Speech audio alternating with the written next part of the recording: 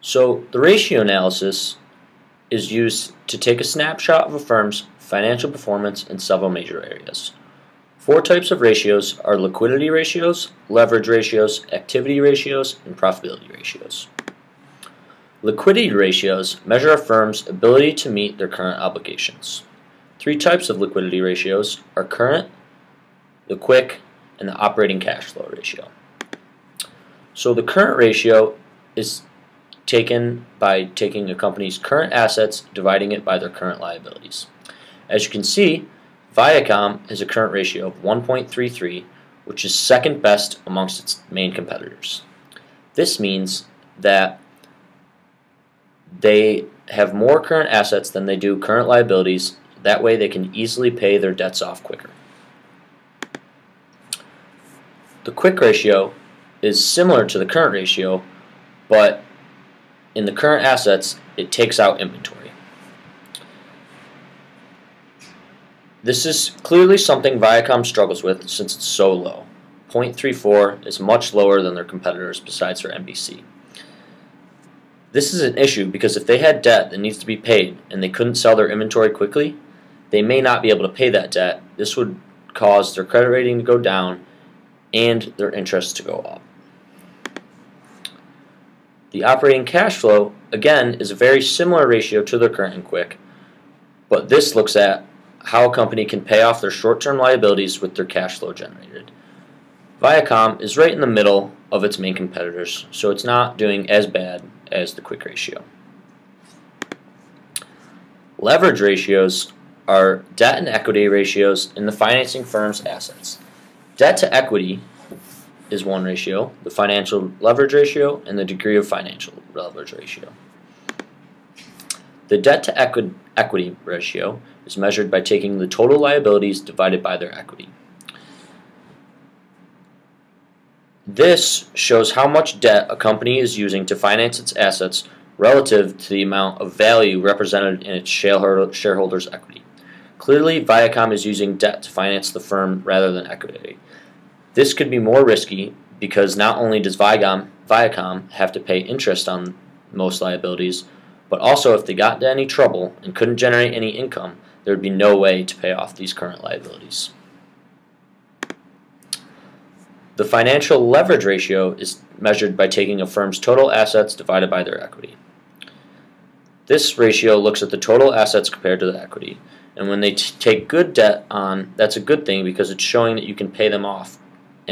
But taking bad debt could result in lots of interest and hurt Viacom.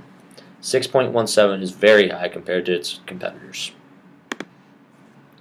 The degree of financial leverage is taken by taking your EBIT, which is earnings before interest and taxes, divided by your earnings before interest and taxes minus the interest. So Viacom is at 1.21, which is very similar to its other main competitors. It measures the sensitivity of a company's operating income due to its changes in capital structure. Degree of financial leverage is best used to help a company determine an appropriate amount of debt and how much that debt will affect its operating income. The activity ratios reflect the firm's efficiency of utilizing their assets. We have the asset turnover and the average collection period. The asset turnover ratio shows how effectively a company can use its assets to generate sales. So you can see Viacom is doing the best compared to its main competitors. The average collection period is the approximate amount of time that it takes for a business to receive payments owed. So Viacom takes about 80 days to collect money that is owed from their credit sales. This is not a huge issue since they deal more with the selling of rights to shows and channels rather than a manufacturing company that would sell tables or chairs.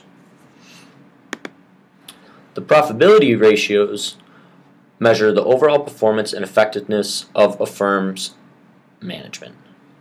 We have the gross margin, the net margin, the return on assets, or the return on equity. The gross margin ratio is essentially the percentage markup on merchandise from its costs. So this is saying that Viacom has a 30% markup. This is the second most besides for Time Warner. The net margin is calculated by taking net income or net loss divided by revenues. This shows how much of each dollar earned by the company is translated into profits. So 17% of each dollar is turned into profit when the highest, which is the highest amongst its main competitors. The return on assets is computed by taking your earnings before interest and taxes divided by your total assets. Another common way is net income or net loss divided by total assets. The ROA is an indicator of how profitable a company is relative to its total assets. ROA gives an idea as to how efficient management is at using its assets to generate earnings. So statistically, Viacom is the second best at using its assets to generate income. The ROE, or return on equity, is measured by taking net income or net loss divided by their equity. The ROE measures the ability of a firm to generate profits from its shareholders' investments in the company. In other words, ROE shows how much profit each dollar of common stockholders' equity generates. So, Viacom's management is doing about 4 times better of a job than its main competitor is at generating income from their equity.